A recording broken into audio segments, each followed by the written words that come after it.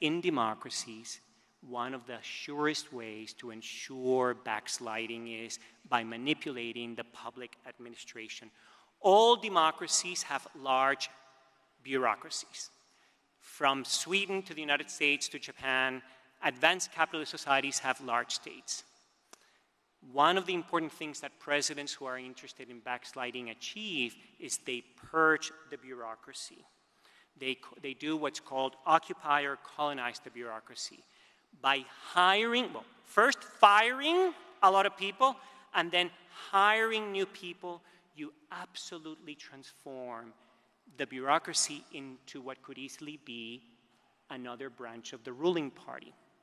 In the 19th century, many democracies influenced by Weber protected themselves against this by establishing laws blocking the opportunities by the executive branch to do exactly this. But smart backsliders have discovered loopholes and mechanisms for superseding these restrictions.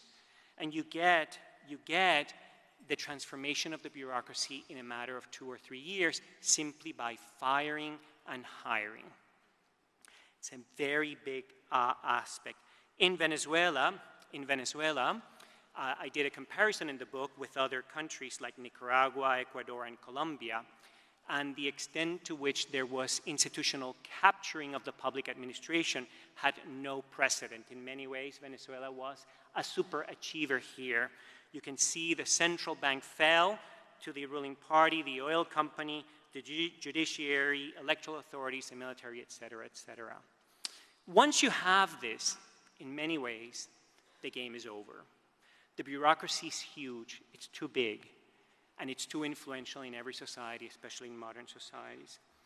Let me focus on the key bureaucracy or the key arm of the state that fell in the Chavista period of the early 2000s, the judiciary.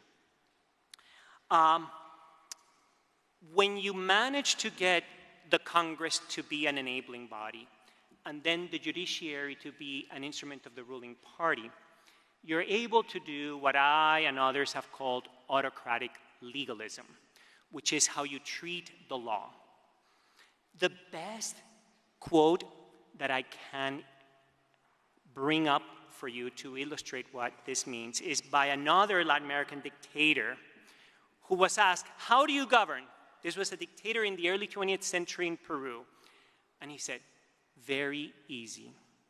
For my friends, everything. For my enemies, the law.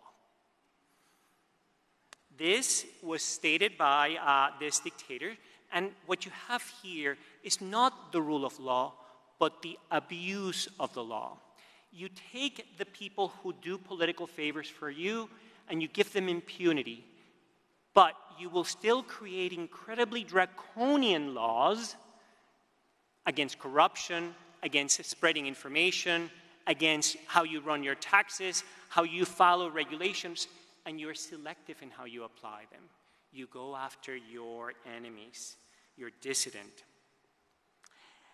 This is the new legal currency in these regimes.